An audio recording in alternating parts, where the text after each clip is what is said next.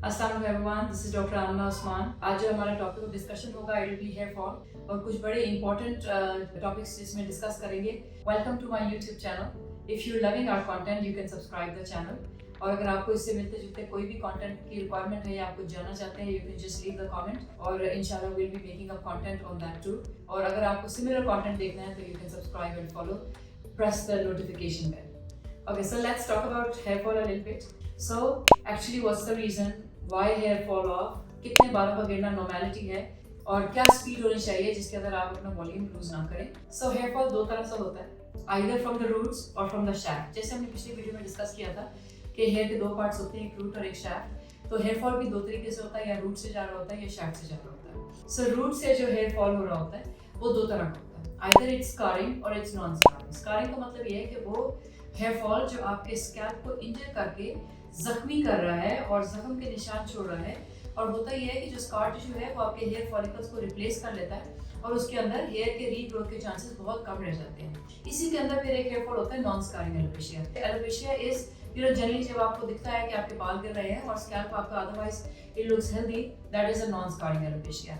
इसी तरह जब शाफ्ट पे जब बाल गिरते हैं, so that is breakage of the hair. Breakage किसी भी तरीके से हो सकती है, किसी भी वजह से हो सकती है, जैसे कि कोई भी ऐसा काम आप कर रहे हो जिससे हेयर शाफ्ट का स्ट्रक्चर डीरेंज हो जाए या डैमेज हो जाए, जिसके अंदर कुछ डेफिशिएंसीज आ गई, हेयर स्ट्रक्चर एबनॉर्मेलिटीज आ गई, और जो मैकेनिकल ट्रॉमा आप किसी केमिकल से या कोई मशीन वगैरह से दे रहे हैं। सबसे पहले हम हेयर शाफ्ट एबनॉर्मेलिटीज को डिस्कस कर लेंगे। इसके अंदर दो major factors, I am not saying कि इनके अलावा कोई और वजूहत नहीं है, लेकिन हम बड़े यूजुअल जो वजूहत हैं जो मोस्ट कॉमनली क्लिनिक्स में हम देखते हैं उन्हीं को डिस्कस करेंगे। शाफ्ट के टूटने की दो तीन वजूहत होती हैं। वन इज सबसे पहले वेदर के साथ शाफ्ट एबनॉर्मेलिटीज आती हैं, हेयर ब्रेकेज बहुत ज़्यादा आती है, ईजी फ्रिजिडिटी आती है। इट इज़ बिकॉज खासतौर पर सर्दियों के अंदर जब आपका हेयर का मॉइस्चर बिल्कुल ख़त्म हो जाता है, the weather takes away all the hydration of your hair, तो हेयर आपका ड्राई एंड ब्रिटल हो जाता है और इसी वजह से वो इजी ब्रेक हो जाता है। इसके अलावा आप तेज़ गर्म पानी से शावर कर रहे हैं और सर्दी है तो लॉन्ग शावर्स या लॉन्ग बेथिंग कर रहे हैं विद शावर जेल्स और उनको रिपीटेड फॉर्म कर रहे हैं, तो उससे भी आपका जो हेयर के प्रोटीन बॉन्ड्स हैं वो ब्रेक हो जाते हैं और फिर उससे आपका हेयर का मॉइस्चर निकल जाता है और हेयर डल एंड ब्रिटल हो जाता है एंड देन इजी ब्रेकेबल हो जाता है। इसके अलावा बहुत सारी ऐसी चीज़ें जो आपके कैराटिन के जो बॉन्ड्स हैं, यानी कैराटिन वो प्रोटीन है जिससे आपका बाल बना हुआ है और which is held together by some sort bonds या जॉइंट्स, जब वो ब्रेक हो जाते हैं, जैसे कि फर्मिंग में जो केमिकल्स यूज होते हैं उससे वो डेफिनेटली ब्रेक हो जाते हैं। रिबाउंडिंग के अंदर जो केमिकल्स यूज होते हैं उसमें भी वो ब्रेक हो जाते हैं। आप जब स्ट्रेटनर्स यूज करते हैं, कोई भी जो आयरन स्ट्रेटनर्स हैं, उनसे भी वो बॉन्ड ब्रेक होने का खतरा है। और जो भी आप हॉट आयरनिंग या हॉट ब्लो ड्राइज या हॉट शावर्स या जो भी आप वार्म टेम्परेचर के साथ हेयर को डील कर रहे हैं, उससे आपका मॉइस्चर कंटेंट भी चले गया, आपका कैराटिन बॉन्ड्स भी ब्रेक हो गए, जिसकी वजह से आपकी इजी फ्रिजिडिटी, डल ड्राई हेयर आ जाते हैं। ये आपके हेयर ब्रेकेज की वो वजूहत हैं जो बहुत कॉमन हैं, जो हम डे टू डे रिलेट कर सकते हैं जिनके साथ। इसके अलावा कुछ क्लिनिकल वजूहत होती हैं, जैसे कि कोई इन्फेक्शन, जैसे कि कोई डेफिशिएंसीज, जैसे कि कोई ऑटोइम्यून इलनेसेस। उसके लिए obviously you can't diagnose, you have to visit your dermatologist and then they can guide you what the matter is. मतलब अगर फंगल है तो फंगस का ट्रीटमेंट होगा, अगर ऑटोइम्यून डिजीज है तो उनका ट्रीटमेंट होना चाहिए, अगर कोई डेफिशिएंसी चल रही है तो उनका ट्रीटमेंट होना चाहिए। Okay, now will talk about alopecia, what it is. Alopecia है बालों का गिरना किसी भी वजह से। इसमें बहुत सारी वजूहत होती हैं, like they are falling from the roots, दो तरह से, या स्कार करके, स्कैल्प को स्कार करके, या स्कैल्प को बगैर स्कार किए। स्कारिंग एलोपेशिया बहुत सारे क्लिनिकल वजूहत से ही होता है ऑब्वियसली, कोई उसका मैकेनिकल ट्रॉमा वगैरह से बड़ा लेस लाइकली है। क्लिनिकल वजूहत में कोई इन्फेक्शंस हो गए, ऑटोइम्यून डिजीज हो गई, इन्फेक्शंस के अंदर बैक्टीरियल इन्फेक्शन हो गए, फंगल इन्फेक्शंस हो गए।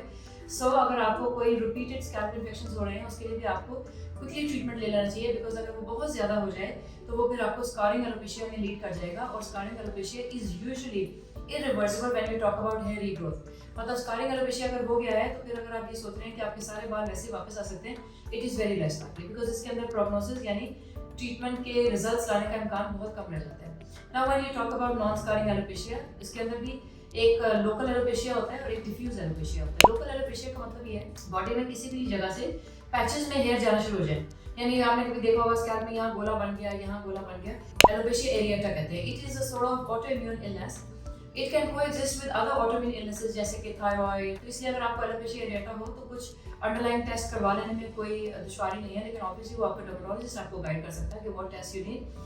Otherwise, alopecia areata is a 100% treatable illness. We'll tag certain pictures with it ताकि आपको अंदाजा हो कि alopecia areata is 100% treatable. एक disorder होता है जिसके अंदर मरीज जो है वो अपना बाल खींचते रहते हैं कहीं से, like mustaches, beard, scalp, somewhere else.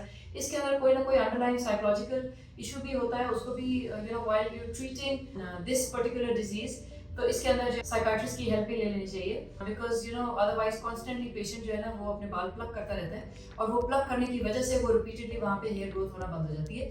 But obviously once you treat the disease is 100% curable. उसके अलावा मैकेनिकल रीजंस के अंदर लोकल एलोपेशियाज के अंदर ट्रैक्शन एलोपेशियाज हैं. ट्रैक्शन एलोपेशिया का मतलब है जैसे आप हेयर को बांधते हैं, कुछ बच्चियों की और कुछ बॉयज ने टाइट हेयर बैंड्स बांधे हैं या बाल खींच के हाई पोनी टेल्स किए हैं और बहुत प्रेशर के साथ बांधते हैं और कॉन्टिन्यूसली कुछ अर्सा बांधते रहते हैं, तो आपका फ्रंट हेयर लाइन रिसीड करना शुरू हो जाता है खिंचाव की वजह से. This is called traction alopecia.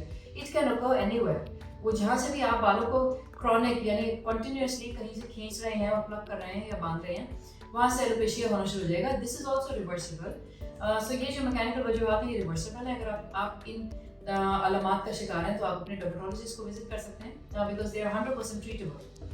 और फिर उसके बाद डिफ्यूज एलोपेशिया की तरफ आए तो डिफ्यूज एलोपेशिया के बहुत सारी इकसाम हैं, जिसमें जो बहुत कॉमनली सीन क्लिनिकल इंडिकेशंस हैं, that is a male pattern baldness, androgenetic alopecia. Another is a female pattern baldness, and then there is telogen effluvium. ये बहुत कॉमन क्लिनिकल प्रेजेंटेशन है. So what is male pattern baldness? एक खास as के अंदर boys के अंदर कुछ हार्मोन्स बनते हैं जिनका स्कैल्प के ऊपर और बालों की जड़ों के ऊपर कुछ रिस्पॉन्स होता है, जिसके रिस्पॉन्स में वो बाल गिरना शुरू हो जाते हैं. एंड देन उसके डिफरेंट पैटर्न्स होते हैं, W pattern, M pattern, crown से जा रहा है, हेयर लाइन रिसीड कर रही है. तो ये सारे पैटर्न मेल पैटर्न बॉल्डनेस के हैं. ये सारे साइंस मेल पैटर्न बॉल्डनेस के हैं. इसके अंदर जेनेटिक एलिमेंट बहुत ज़्यादा होता है और खासतौर पर वो बच्चे जो जिम कर रहे हैं और कोई एंड्रोजेंस और सप्लीमेंट्स ले रहे हैं बॉडी बिल्डिंग के लिए, उनके लिए भी ये मेल पैटर्न बॉल्डनेस काफ़ी ज़्यादा ट्रिगर हो जाता है, या अगर प्री एक्जिस्टिंग हो तो एग्रोवेट हो जाता है. इसके अंदर 2-3 चीज़ें मैं ऐड करूँगी because it's really nicely treatable. पहले एक ज़माना था जब बाल सारे गिर जाते थे तब लोग हेयर ट्रांसप्लांट कर जाते थे, बट नाउ अब there are a lot of treatment options available जो कि इनको हेल्प कर सकती है रोकने में भी और हेल्प कर सकती है regain of the hair loss too, as in PRP, the PRP with growth factors, PRP with other mesotherapy serums, microneedling RF, Regenera Activa, stem cell treatment, growth factor treatment. So there are a lot of treatments that can help stop your androgenetic alopecia and stop the progress, और जो आपके बाल गिर गए हैं उसको वापस लाने में भी हेल्प करता है. तो अगर आप बॉल्डनेस पे नहीं हैं और आपके बाल गिर रहे हैं, you can still visit the dermatologist. Then let's talk about the female pattern baldness. Female pattern baldness is because of a lot of reasons. इसके अंदर वो जो हमने ट्रॉमा को ऑलरेडी डिस्कस कर लिया है वो रीजन भी होती है. उसके अलावा हार्मोनल इश्यूज, कोई underlying issues, deficiencies, and then let's not forget about PCOS. Sometime खवातीन के अंदर भी अगर मेल हार्मोन्स थोड़े से भी ज़्यादा हो जाएं तो मेल पैटर्न बॉल्डनेस के साइंस आने शुरू हो जाते हैं. If you having some sort of symptoms like WM या डिफ्यूज ह्यूज बॉल्डनेस, तो उसको भी आप ट्रीट कर सकते हैं. Female pattern, male pattern baldness सब ट्रीटेबल है.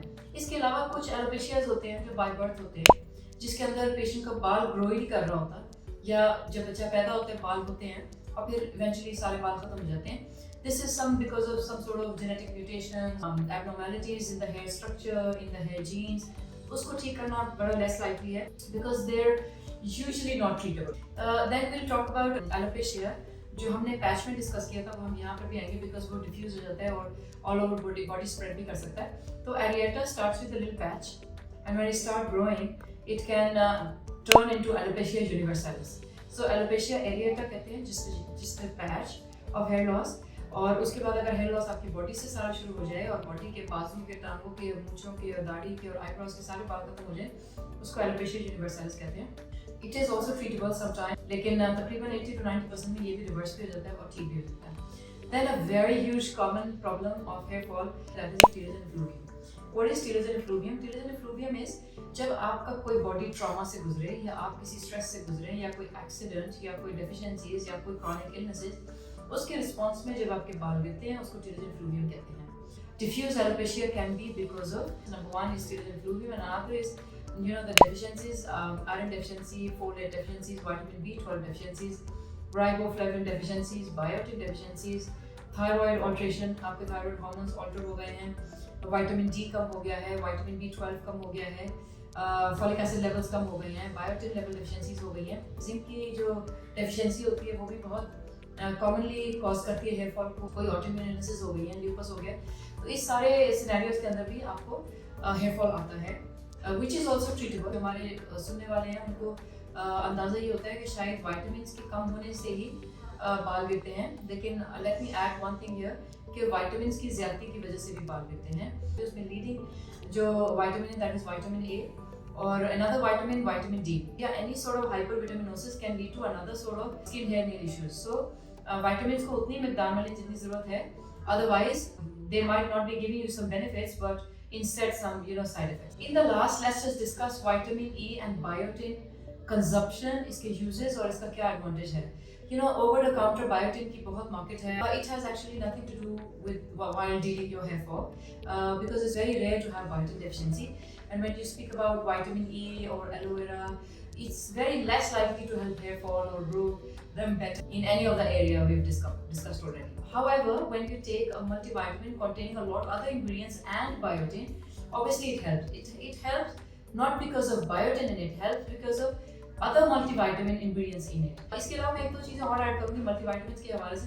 The market is studded with multivitamins. There's a huge it's an ocean of multivitamins outside when you go out and you don't know what to choose. So maybe जो हमने vitamins का नाम लिया है वो बहुत help करते हैं. तो आप जब while choosing a multivitamin for your hair multivitamin should have zinc in it, should have vitamin B12, should have some folic acid, folate, riboflavin. Maybe collagen is present, maybe biotin is present, folic acid, ferritin is present. तो ये कुछ ingredients होते हैं जो कि आपको hair fall में help करते हैं. So this is all about for today.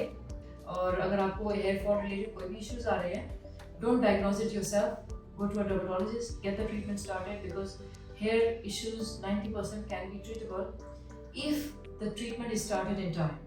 If you lose that time और आप बहुत डिले कर देते हैं तो ट्रीटमेंट टाइम भी ज़्यादा, रिजल्ट्स भी आपके कॉम्प्रोमाइज़ हो जाएंगे और उस तरह के प्रॉमिसिंग रिजल्ट्स भी हो सकता है कि डिलीवर करने में काफ़ी ज़्यादा टाइम लग जाए. Thank you.